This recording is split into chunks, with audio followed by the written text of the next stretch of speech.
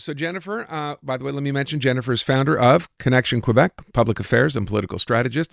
You want to start with Francois Legault's trip to France? What's your take on all that he did or didn't do there?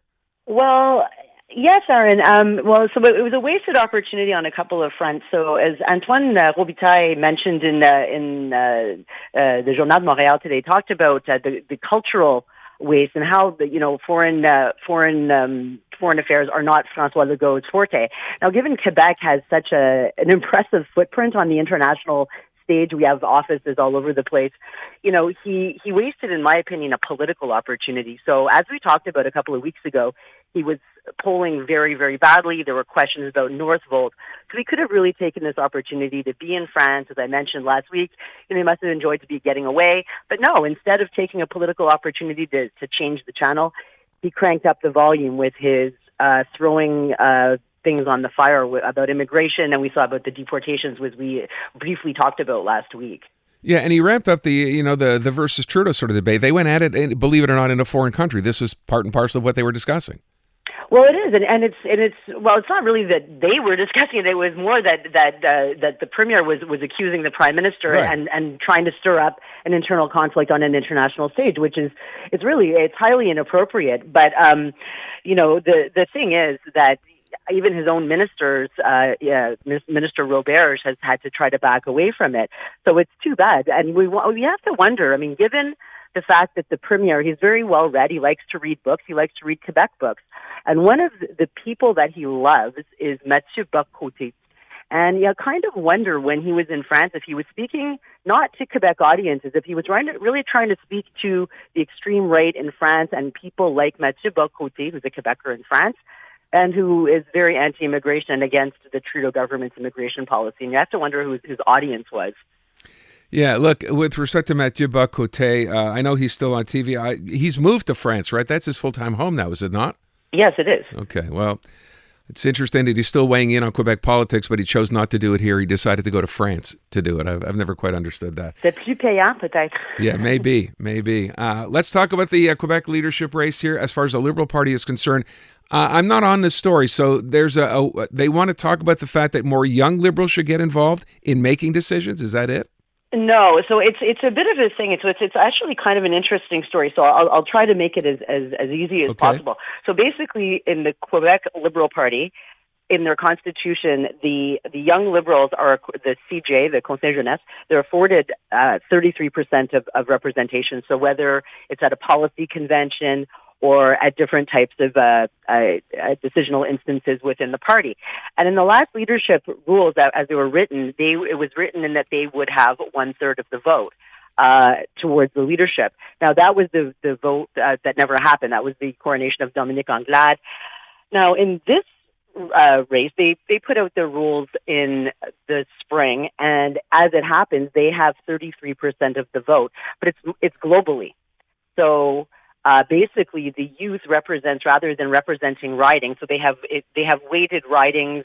The rules are very clever, which we can talk about in a sec if you want. But just on this, they instead of representing 33% of a vote in a riding, they represent 33% of the global vote. So that's how the rules are written currently. So there is a group of people, and they put out something at midnight on the nose last night in La Presse. Was put out, it was released in La Presse, we probably discussed it earlier, riding association presidents who are not in favor of this, and they said it's not fair. I mean, it's fine, at policy conventions to have 33% of the vote, but it's not fair in a one-member, one-vote that, the young Liberals should have 33% of the vote, and they want it to be reviewed. Now the young Liberals have come back with their proposal, their counter-proposal, and this is all being played out in the media, which is kind of funny. It's all in La Presse, basically, and that they're saying that it could be distributed amongst the ridings. Does any of this have any impact on the leadership race within the party? Oh, absolutely. Because you have to think that this, if you get a riding association president coming out and making a statement like that in a leadership race, you have to think that they're supporting a candidate. Like a statement like this is going to benefit or hurt one candidate. And we know that one candidate is getting a lot of the youth attention. We had 80% of young Liberals out in favor of candidate Charles Millard back in the spring. He's a young candidate. He's just over 40 at the Federation of the Chambers of Commerce. Now, interestingly, today he had a press conference announcing two more supporters in the caucus. So Nika Madwa Cadet, who's in North, I don't remember her riding, but I think it's Bourassa, like in the Montreal North area, and also, very interestingly, André Fortin, who you speak with regularly. So these are big names, and it looked to me, as somebody who's done many leadership campaigns like this, was to put a bit of a spoke into the wheels of the announcement that Mr. Milliard was making in Quebec City this morning. So this is the same Shoris Milliard. He was on the show, by the way, but I don't know, 3 weeks or a month ago, who wants a loyalty oath taken if for the leadership, whoever ends up being that guy?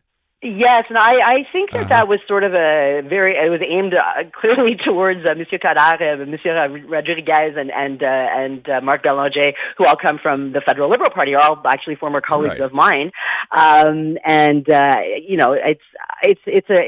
think it's a sort of an amateurish mistake. I don't know who was advising him on that, and I wouldn't advise anybody to do something like that, because I can assure you that there are no more loyal Quebecers than those three individuals, even though, yes, they were with the Federal Liberals. They are loyal. So let me just talk about something we've been talking a bunch about today on the show, and I know this story's still developing. This whole idea, and we took calls on this earlier on, about Quebec choosing to yet again ignore a report, this time from its own insurance board, the SAAQ, suggesting it would be a good idea to lower the blood alcohol levels from 0.08, where they are now, to 0.05. And then the other part of the story, the fact that they, first of all, have done this now repeatedly. Coroner's report, there have been a couple of others suggesting the same thing. The minister responsible, she said she's not even read this report, and she's drawing heat from all sides here.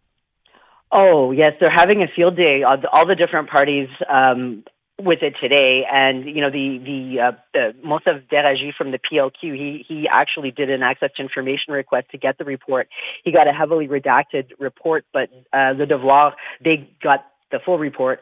And basically what was inside is that it was creating divisions within the CAC caucus. The CAQ caucus. And I heard what you were discussing with Jim earlier, and I agree with Jim. It's regional considerations, because the further afield you go, the harder that this type of thing will be to sell.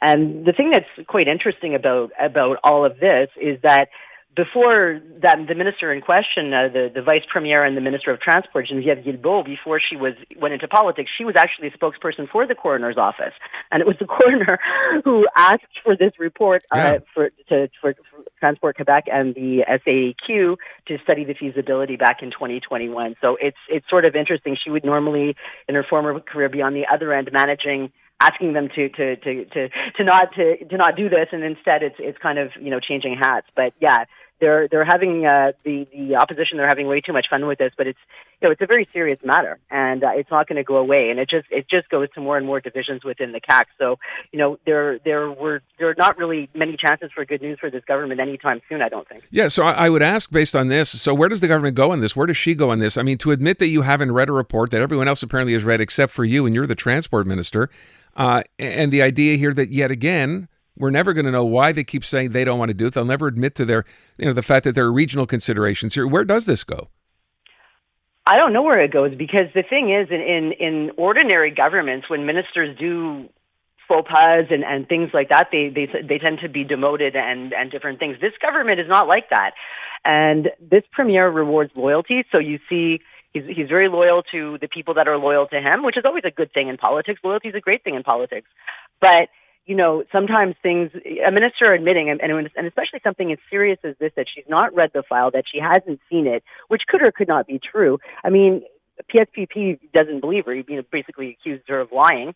It's either you're incompetent or you're lying. So either way, I don't see how she can get out of this. But I mean, Francois Legault has all kinds of get out of jail free cards for his ministers. Well, there you go. That's the truth. All right, Jennifer, thank you so much. Appreciate it.